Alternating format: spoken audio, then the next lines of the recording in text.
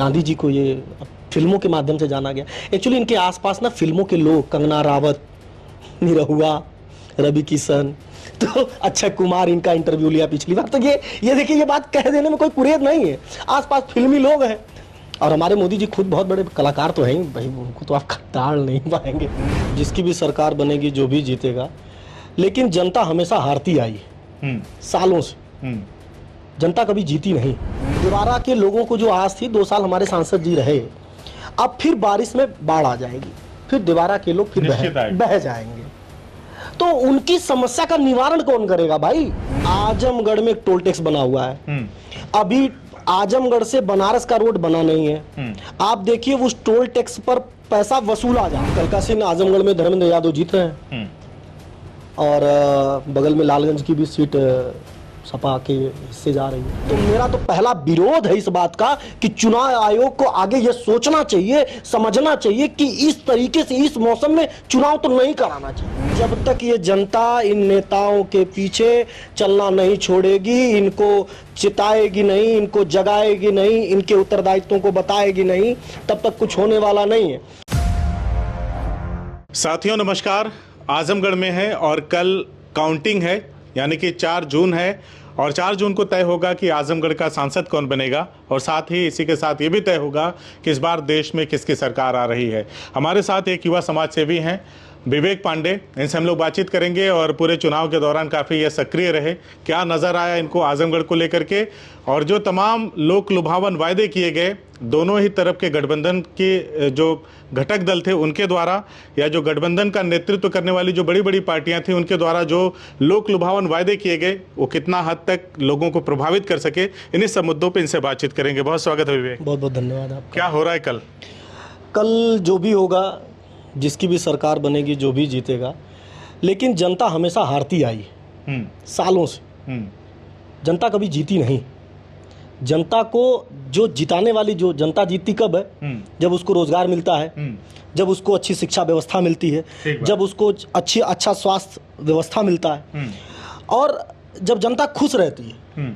आप देखिए लगातार सालों से पर्यावरण में बदलाव हो रहा है, हीट वेव आ गया, कोरोना आ गया, तो जनता कभी जीती नहीं, जनता हार ही रही है, चाहे कांग्रेस जीतेगी चाहे बीजेपी जीतेगी। अच्छा। तो मेरा ये मानना है कि चाहे कल धर्मेंद्र भी जीतेंगे, चाहे निरहु जीतेंगे, जनता लूट रही है, लूटेगी और आगे भी लूटती जाएगी, ये मेरा मानना है। तो आपको किसी से उम्मीद नहीं है? मुझे किसी से उम्मीद नहीं है, जब तक ये जनता इन नेताओं के पीछे चलना नहीं छोड़ेगी, इनको चिताएगी नहीं, इनको जगाएगी नहीं, इनके उत्तरदायित्वों को बताएगी नहीं, तब तक कुछ होने वाला नहीं है। अब आप पूछेंगे क्यों आप ये कह रहे हैं? आजमगढ़ में एक टोल टैक्स बना हुआ है, अभी आजमगढ़ से बनारस का रोड बना नहीं है। आप देखिए उस टोल टैक्स पर पैसा वसूला जा रहा है, जनता बोल रही है, प्रतिदिन 210 रुपए की प्रति गाड़ी वो ले रहे हैं। वहीं वो जो टोल टैक्स बना है, वो टोल टैक्स ऐसी जगह बना है कि उससे मात्र 4 किलोमीटर से 5 किलोमीटर के आगे जाने पर एक रास्ता जौनपुर को गया है। मतलब उस अगर जिस आपको जौनपुर जाना है तो भी आपको 210 रुपया देना पड़ेगा, और आपको बनारस जाना है तो भी 210 रुपया देना पड़ेगा। पहला। दूसरा कारण मैं आपको बताना चाहता हूं कि आजमगढ़ में लगातार पेड़ लगाए जा रहे हैं। किसके पैसे से पेड़ लग रहे हैं? हमारे और आपके पैसे से पेड़ लग रहे हैं। आजमगढ़ की स्थिति क्या हुई है आप मुझको बता दीजिए। कितना टेम्परेचर, 50 डिग्री टेम्परेचर पहुंच गया। कोई नेताजी बोले? चुनावी जनसभाएं चलती रहीं, चुनाव होता रहा। तो मेरा तो पहला विरोध है इस बात का कि चुनाव आयोग को आगे ये सोचना चाहिए, समझना चाहिए कि इस तरीके से इस मौसम में चुनाव तो नहीं कराना चाहिए। चुनाव जरूरी है कि जनता जरूरी है भाई? मेरे हिसाब से तो जनता की जिंदगी जरूरी है। तो ये मेरा मानना है कि बातें सारी तार्किक हैं, अच्छी बातें हैं, और क्योंकि आप समाज सेवी हैं तो जनता के प्रति जवाबदेही है, इसलिए आपको जनता की चिंता है। उसके बाद फिर मैं आपसे पूछ रहा हूँ कि कल का क्या सीन है? कल का सीन आजमगढ़ में धर्मेंद्र यादव जीत रहे हैं, और बगल में लालगंज की भी सीट सपा के हिस्से जा रही है। अच्छा। गठबंधन सरकार के हिस्से जा रही है। अब इसका कारण भी है कि अगर बीजेपी ने कुल मिलाकर के काम किया, ऐसा नहीं है, विश्वविद्यालय दिया, ठीक बात, बहुत सारी चीज़ें उसने दी है, इसको आप दरकिनार नहीं कर सकते जी। लेकिन जो यहाँ जो आम जन की जो मूलभूत ज़रूरतें थी, जो शिक्षा के क्षेत्र में आपने कर दिया, दिवारा के क्षेत्र में जो व्यवस्थाएं होनी थी दिवारा के क्षेत्र के लोग बहुत निराश हैं। मैं ज़मीनी बातें कर रहा हूँ जी आपके बिल्कुल सामने। बिल्कुल। दिवारा के लोगों को जो आस थी, 2 साल हमारे सांसद जी रहे, अब फिर बारिश में बाढ़ आ जाएगी, फिर दिवारा के लोग फिर निश्चित आएगी। बह जाएंगे। तो उनकी समस्या का निवारण कौन करेगा भाई, कौन करेगा? अब मुझे धर्मेंद्र जी से भी आस नहीं है, भी मैं आपको बता दूं। अच्छा, हाँ, धर्मेंद्र जी से आस भी नहीं है, गठबंधन की सरकार, इसलिए धर्मेंद्र जी यहाँ से जीतेंगे। चलिए 2 कार्यक्रम हुए पूरे चुनाव के दौरान। आजमगढ़ में 2 कार्यक्रम हुए, एक जिसमें निरहुआ जी उपस्थित थे, अब तमाम शहर के समाज सेवियों को बुलाया गया था। दूसरा एक शहर से संवाद कार्यक्रम हुआ जिसमें भी आप लोग उपस्थित थे, अन्य समाज सेवी भी उपस्थित थे। क्या बातें हुई थी दोनों? देखिए, मैं उस कार्यक्रम में, हम तो माननीय सांसद जी से संवाद रखना चाहते थे, हम लोगों ने प्रस्ताव रखा था, लेकिन सांसद जी को समझ में आए जनता की, भाई जनता की आवाज़ सुनना चाहेंगे तब ना सुनेंगे।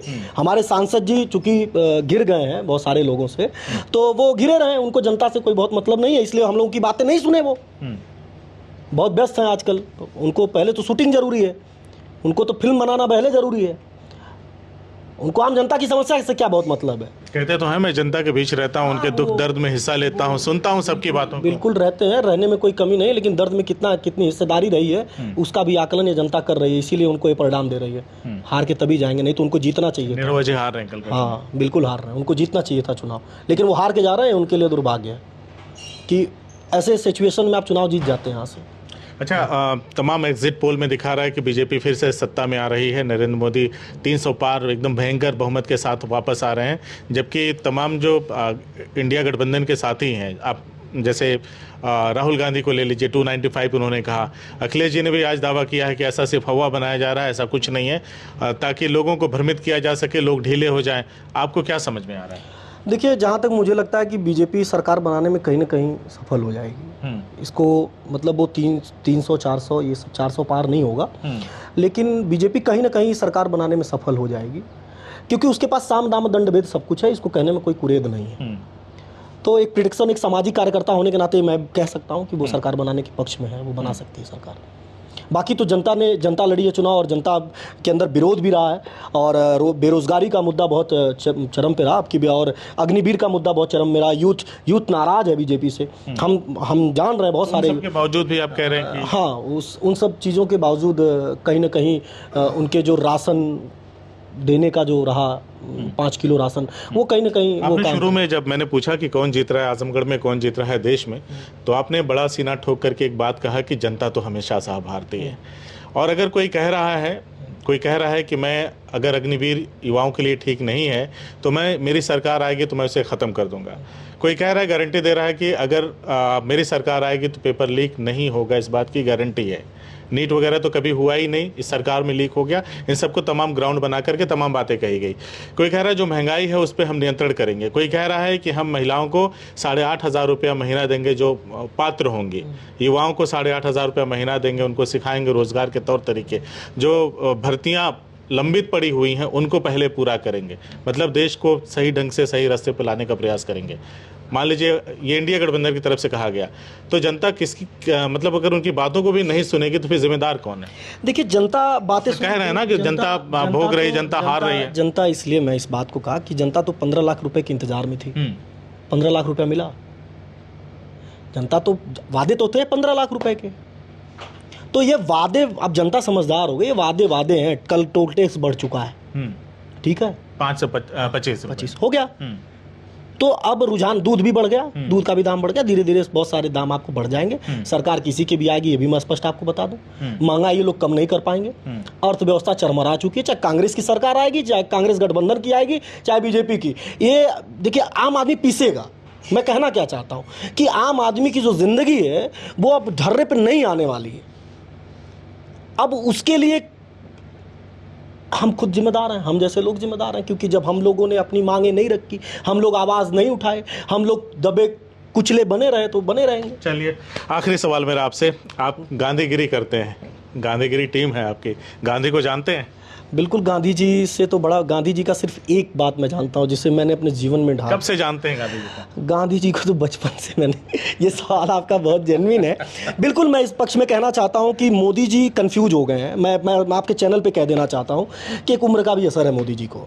और मुझे लगता है कि प्रधानमंत्री की उम्मीदवारी अगर होगी तो मेरा एक सामाजिक कार्यकर्ता होने के नाते एक सुझाव भी है कि वो खुद भी प्रधानमंत्री न बनते हुए अपने पार्टी से किसी योग्य व्यक्ति को, नितिन गडकरी को प्रधानमंत्री बना देना जाना चाहिए। मुझे लगता है कि योग्य है और ठीक ठाक हैं, अभी उम्र का बहुत असर नहीं है उनके ऊपर, लेकिन इन पे उम्र का बहुत असर हो चुका है, जिसकी वजह से ये कंफ्यूज होकर बहुत सारे बयान दे रहे हैं। अब गांधी जी को बताइए, गांधी जी को ये फिल्मों के माध्यम से जाना गया। एक्चुअली इनके आसपास ना फिल्मों के लोग, कंगना रावत, निरहुआ, रवि किशन, तो अक्षय कुमार इनका इंटरव्यू लिया पिछली बार। तो ये देखिए, ये बात कह देने में कोई कुरेद नहीं है, आसपास फिल्मी लोग हैं। और हमारे मोदी जी खुद बहुत बड़े कलाकार तो हैं ही भाई, उनको तो आप टाल नहीं पाएंगे। चलिए, हमने विवेक से बात किया और विवेक कह रहे हैं कि इस बार भी मोदी जी सरकार बना लेंगे, और साथ ही इन्होंने एक मांग रख दी है कि अगर मोदी जी की जगह नितिन गडकरी को प्रधानमंत्री देश का बनाया जाए तो ज़्यादा बेहतर होगा। बहरहाल, आप क्या सोचते हैं इस पूरी बातचीत पे? निरहुआ जी के लिए इन्होंने कहा कि वो चुनाव हार रहे हैं, धर्मेंद्र यादव सांसद बन रहे हैं, लेकिन इनको उनसे भी उम्मीद नहीं है। इन्होंने शुरू में ही कहा जनता हार रही है और जनता को अपनी जीत पाने के लिए, जीत हासिल करने के लिए जनता को फिर से जनता बनना पड़ेगा, है ना। आंख नाक कान जो है ना बंद करके नहीं रखना होगा, तभी इस देश का भला हो पाएगा। और कैसी लगी हमारी आपकी बातचीत, हमें कमेंट करके ज़रूर बताइएगा। बहुत बहुत धन्यवाद आप जी, बहुत बहुत धन्यवाद।